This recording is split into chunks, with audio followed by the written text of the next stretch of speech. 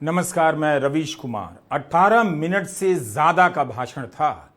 प्रधानमंत्री मोदी को आखिर क्या हो गया है? जब भी संसद का सत्र शुरू होता है, प्रधानमंत्री मोदी मीडिया के सामने आते हैं और संक्षिप्त बयान देकर चले जाते हैं। सवाल जवाब अक्सर नहीं होता।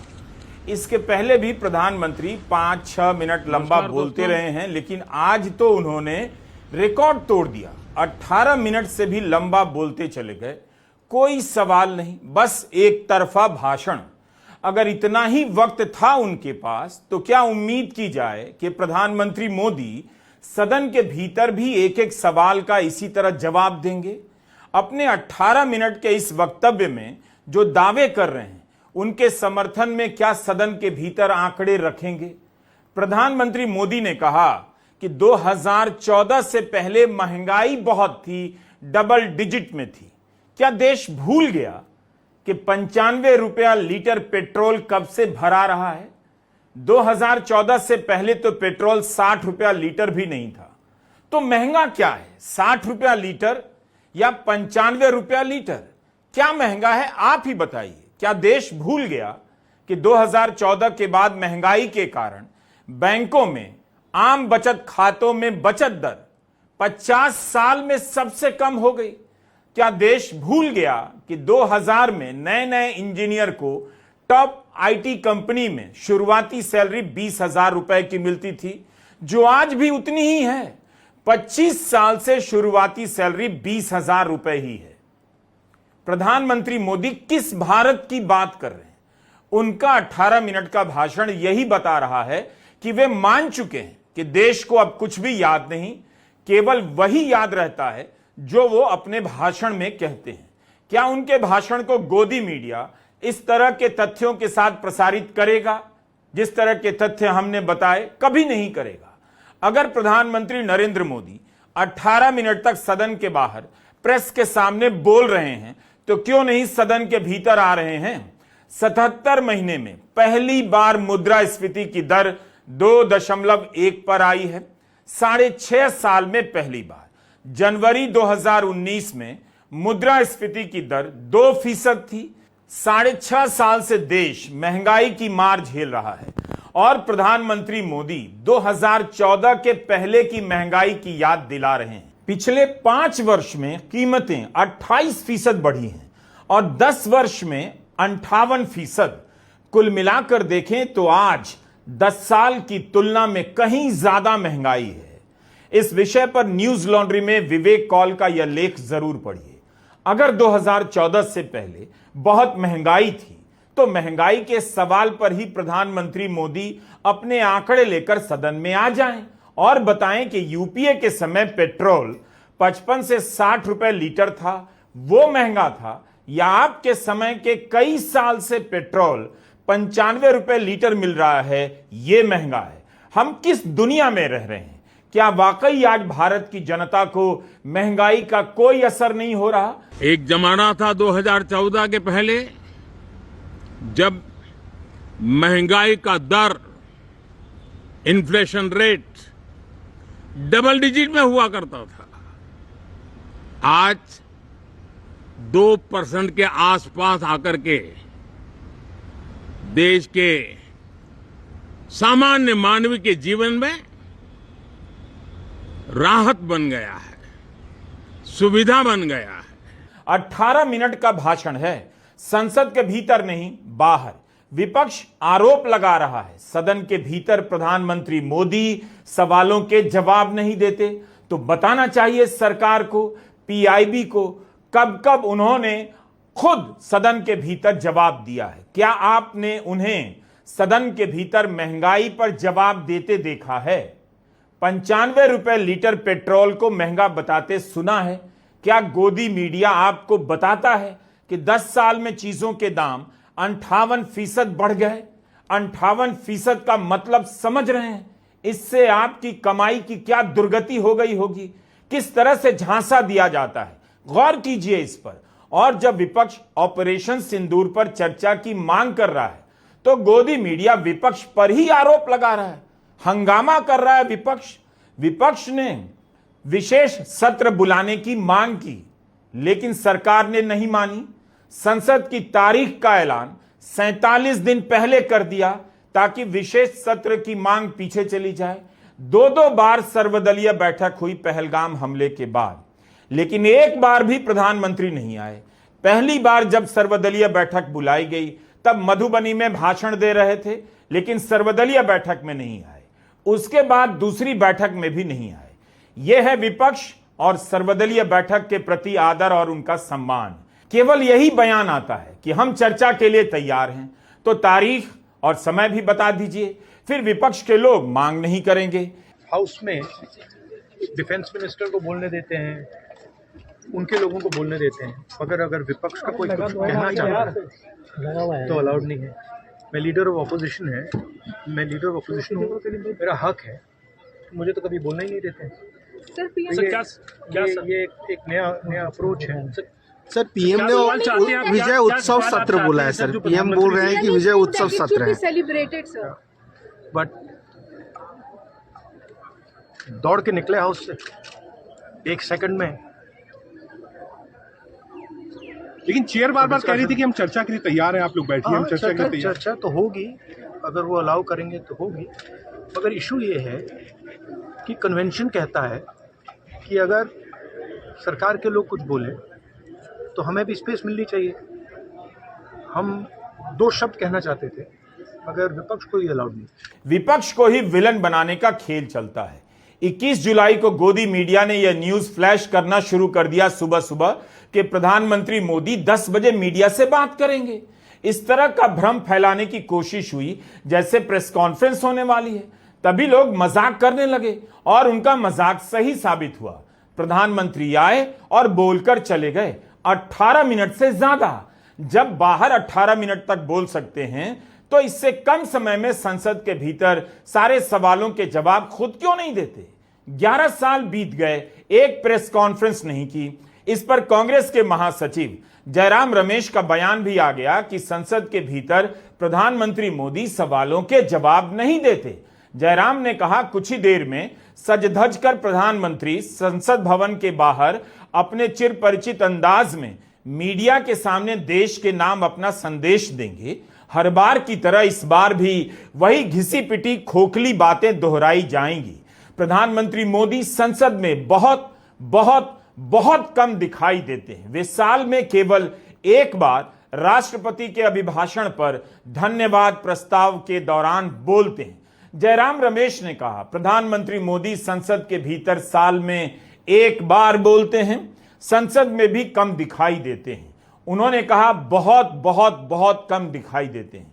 तो क्या इसी की भरपाई के लिए प्रधानमंत्री मोदी संसद के बाहर सत्र शुरू होने से पहले लंबा सा भाषण दे देते हैं, जहां ना प्रेस उनसे सवाल कर सकता है ना सांसद कर सकते हैं? जिस संसद को उन्होंने मंदिर कहा उसकी दहलीज पर शीश झुकाए।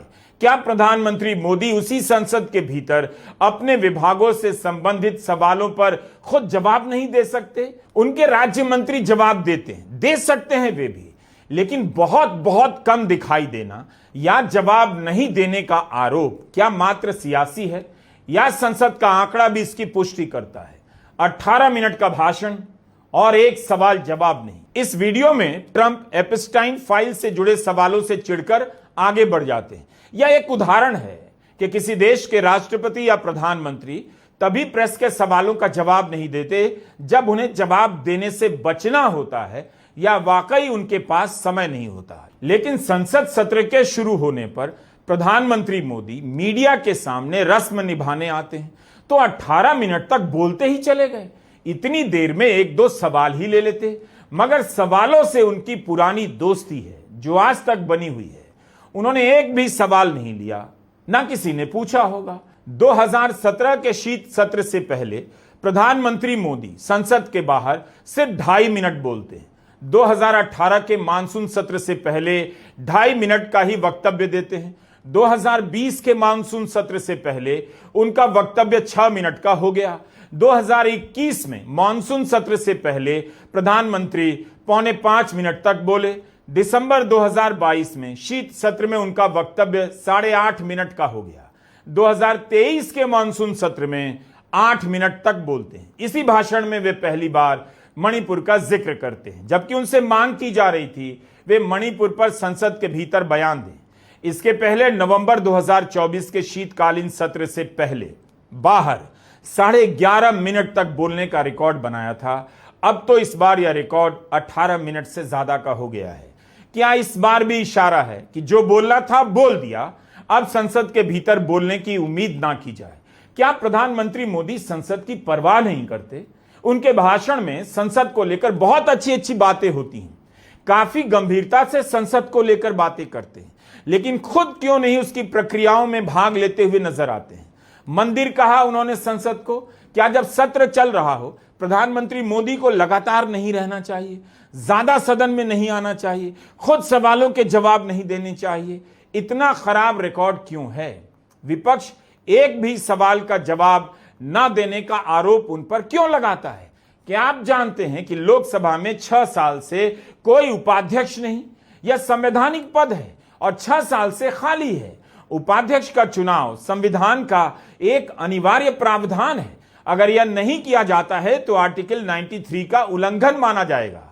आर्टिकल 93 का संबंध अध्यक्ष और उपाध्यक्ष के चुने जाने से है, लेकिन संसद को मंदिर कहकर अपनी छवि बनाने वाले प्रधानमंत्री को अब इन सवालों से कोई फर्क नहीं पड़ता।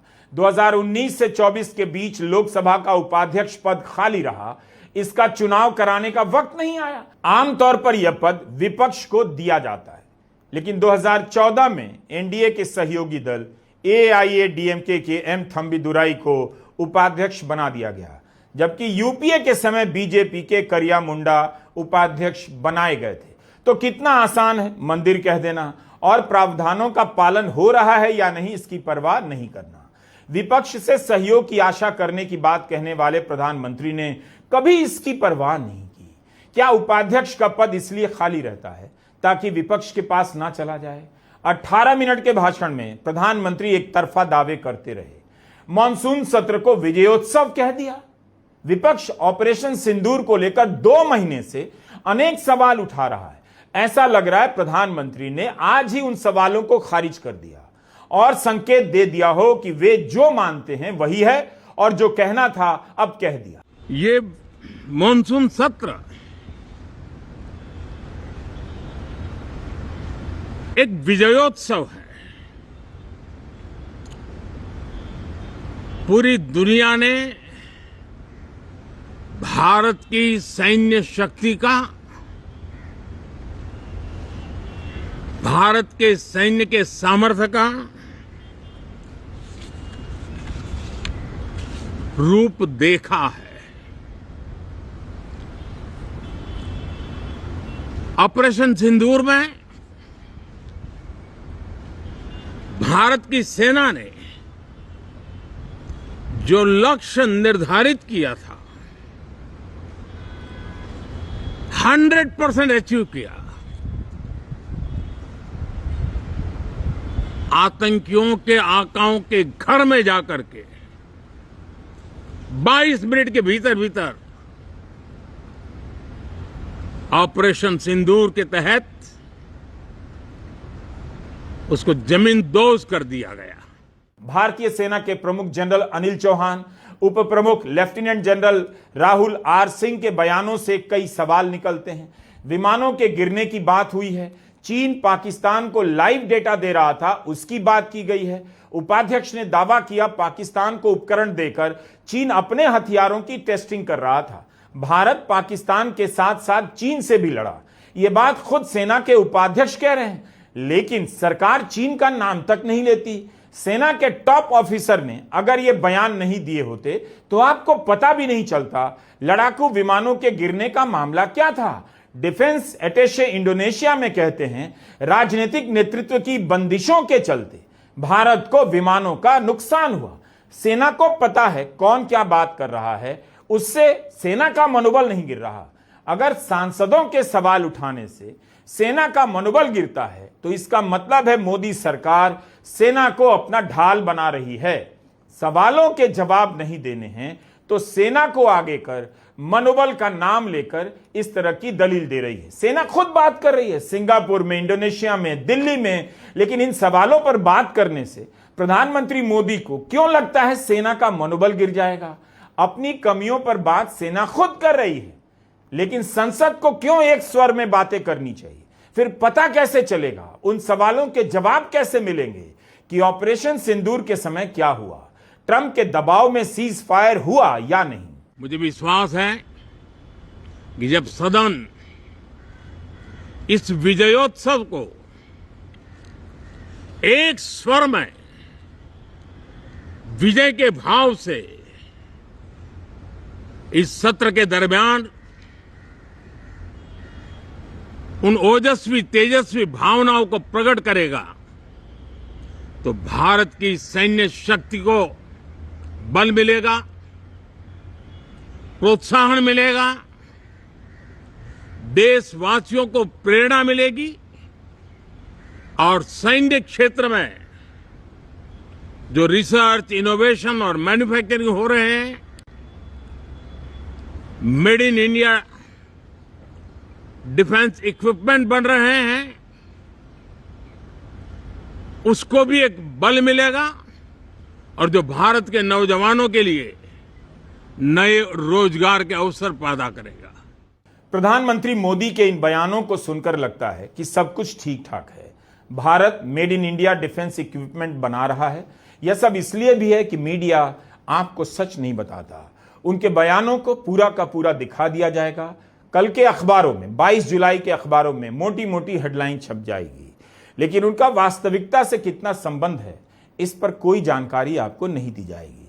जबकि जानकारी कहीं से खोज कर नहीं लानी है। खुद सेना के अधिकारियों ने अपने बयानों से इशारा कर दिया है कि जिस तरह के दावे किए जा रहे हैं, हो सकता है सच्चाई वैसी ना हो। भारत के सेना प्रमुख जनरल अनिल चौहान ने कहा, हम कल के हथियारों से भविष्य की लड़ाई नहीं जीत सकते। प्रधानमंत्री मोदी कह रहे हैं, दुनिया में मेड इन इंडिया सैन्य उपकरणों की डिमांड बढ़ रही है।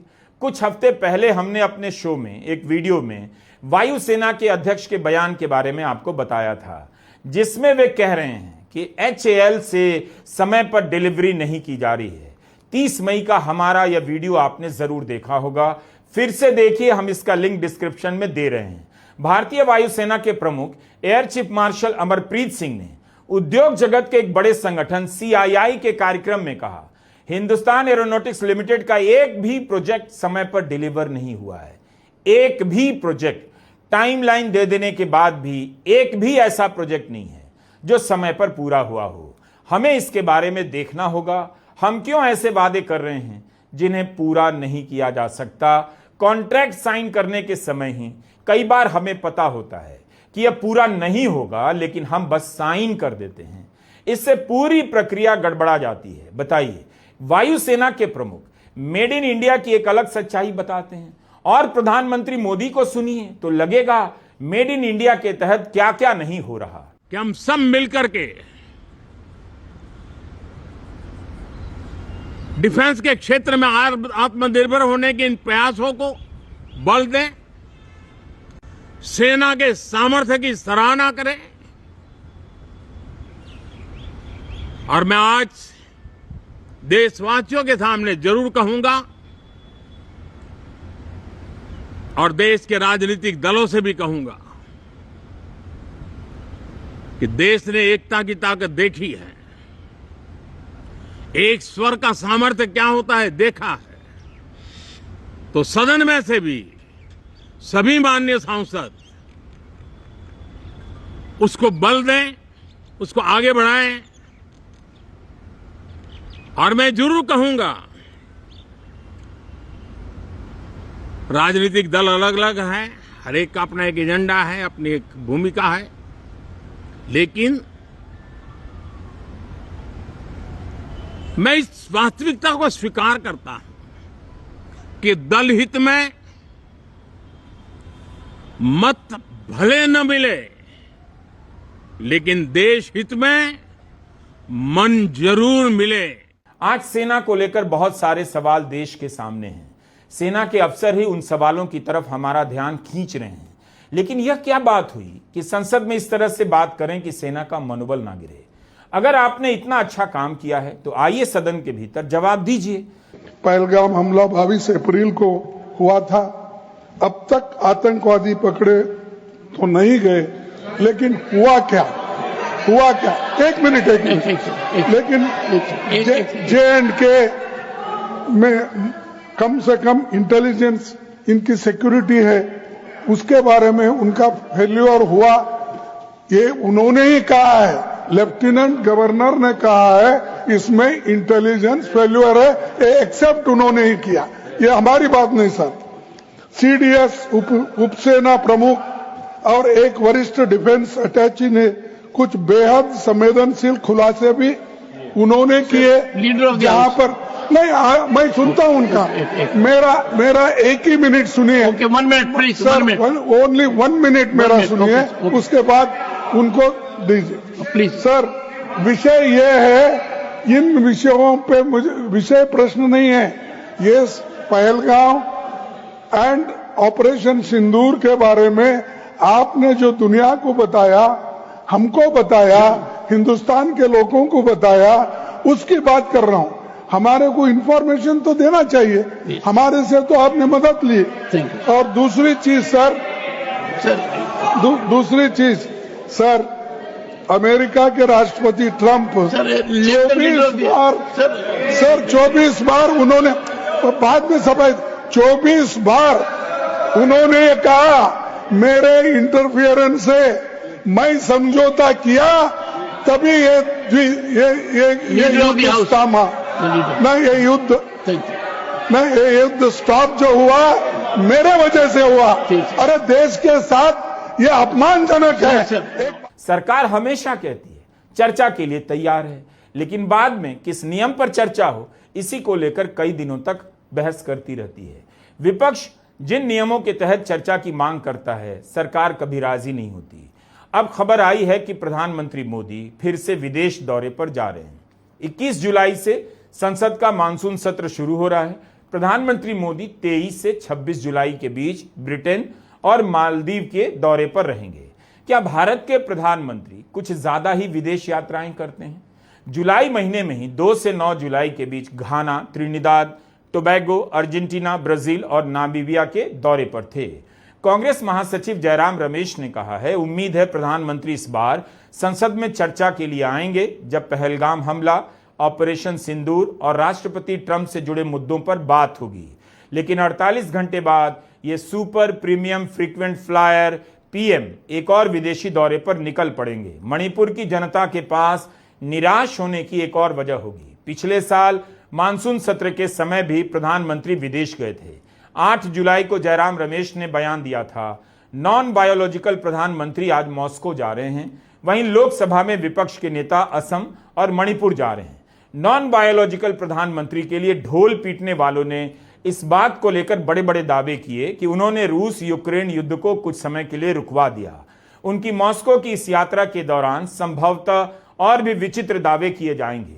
14 महीने पहले राज्य में भड़की हिंसा के बाद से यह राहुल गांधी की मणिपुर की तीसरी यात्रा है। विदेश यात्रा करना प्रधानमंत्री के काम का हिस्सा है, लेकिन क्या वे संसद से बचने के लिए इसे भी ढाल बनाने लगे हैं? जैसे प्रेस कॉन्फ्रेंस नहीं करते, सांसदों के सवालों का जवाब नहीं देते और संसद परिसर में खड़े होकर 18 मिनट तक भाषण देते हैं। सुबह कुछ देर की कार्रवाई के बाद लोकसभा 2 बजे तक के लिए स्थगित कर दी गई। ऑपरेशन सिंदूर, पहलगाम पर चर्चा के दौरान क्या प्रधानमंत्री मोदी सदन में मौजूद रहेंगे और सवालों के जवाब दे सकेंगे? नमस्कार, मैं रवीश कुमार।